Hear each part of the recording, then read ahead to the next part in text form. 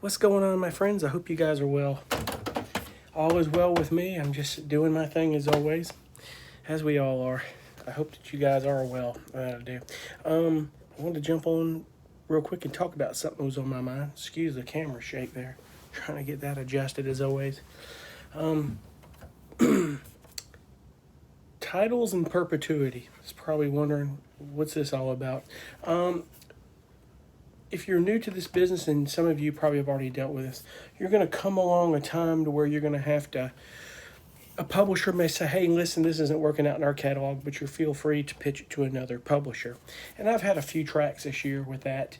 I don't know why they'd been in there over a year, but it happens. It's not that it's bad. It's just sometimes they do that, and sometimes it's when you pitch it to them, that particular one just didn't work for them, but it does for somebody else. And more so than never, really all the ones that I pretty much that might be rejected from one publisher always seem to go to another one and work. They get accepted, and I'm gonna say they all definitely get placed, but they have still great chances of being placed. So it's a part of what I've always talked about. Of just make sure if you do pitch them to another publisher, that you do very strategically. Find the publishers that place that music, a lot of that, and are going to really work to get your music placed. Or even if they aren't working, they're in a position where they're promoting it, or they have clients that will come to it. I know you have a lot of these big libraries like Spirit Production Music and APM and Universal, and they do a lot of their own promotion, and there are a lot of libraries that will sub pub into them and that sort of thing. And it's kind of a split deal. We'll have you do this, and we'll do all the promotion. We sub pub and split that with you. That's a whole nother conversation for a later time.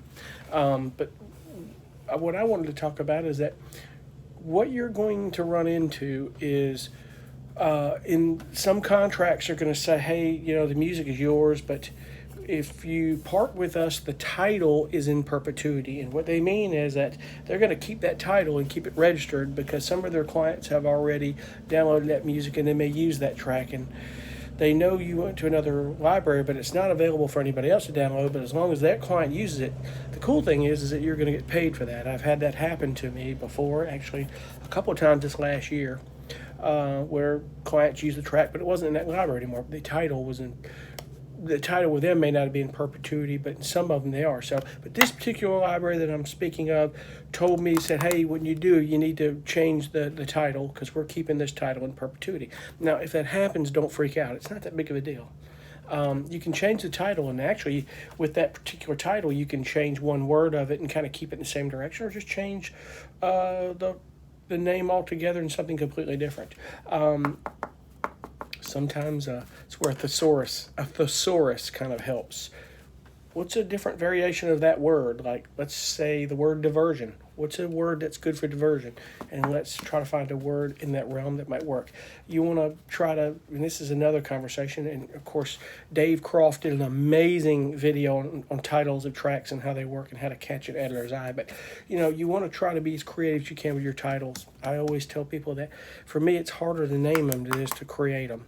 And I think I'm really starting to see more and more that if you have a title before you start creating the track, it really helps create the track and kind of get you in that mindset. But it's also the work that's already out of the way. It's the last thing you got to do is, because most of what I do is I'll create a track and go, "Oh God, I got to name this thing. What do we name it? What do we do? So, don't freak out when that happens. It's okay. Just rename it and move forward. You'll have to go back to your file. And like what I did is went back to Composer Catalog and I changed the name and I put it to unsigned until I assigned it to another publisher and took the publisher out of that.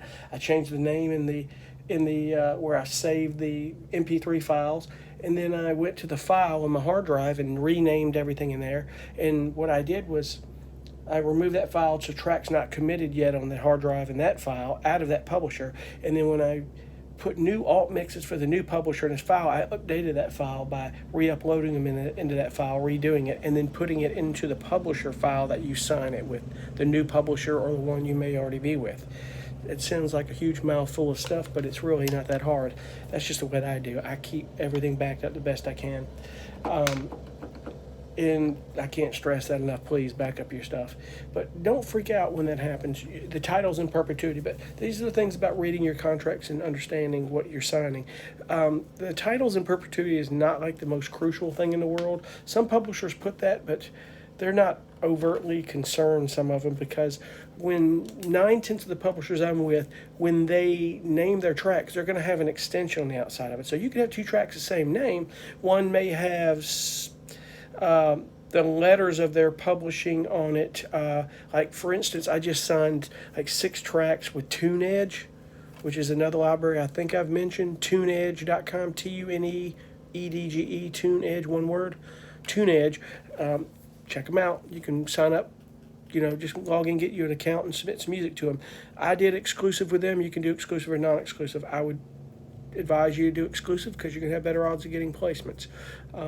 They are a publisher. But my point with them is, nix that, what I just said is, with them, because it's the first one that comes to mind, when they named their track, it just had Edge on the back of it. So in other words, you had the name of the track, it just said Edge. So in other words, that's the title of that track, has an extension on it. Some of them may have 3 letters or some sort of an identifier that differentiates that name so their clients can put it in for cue sheets and there's not a conflict. So, but if a publisher so chooses to email back, go, we'd like for you, if you could please just retitle those. Don't mind doing it.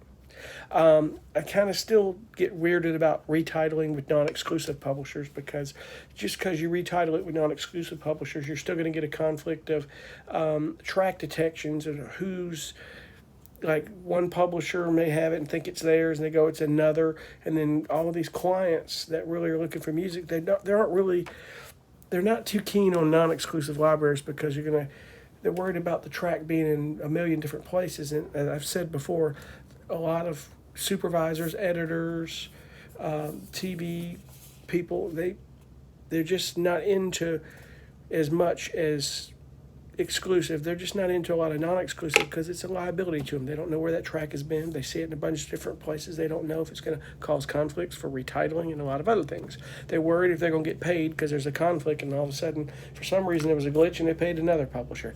I'm not going to say that happens too much, because, again, what I just referred to is the title may have an extension on it in that particular title. Or, as I said in the last video, I think it was the last one, I talked about, don't worry if it's not quite registered with the PRO, that you're still going to get paid, and that is the case, because they'll put your IPI number in the show, and then they'll go back and make sure that it is registered, and I guess retroed in is about the best word to use to put in that. But be it that it may, just don't freak out on that. Just do it. It's not that big a deal, and it's just something I wanted to kind of share, that in titles of perpetuity, they may ask you that, and it may not be that big of a deal. They may say, we don't care about the title, we're not using it anymore, because, like I just said, most of them are going to register it with that title and their own extension on it that differentiates the name. So anyway, I wanted to jump on and kind of cover that. It was on my mind. I said, may as well just get it off my brain and talk about it.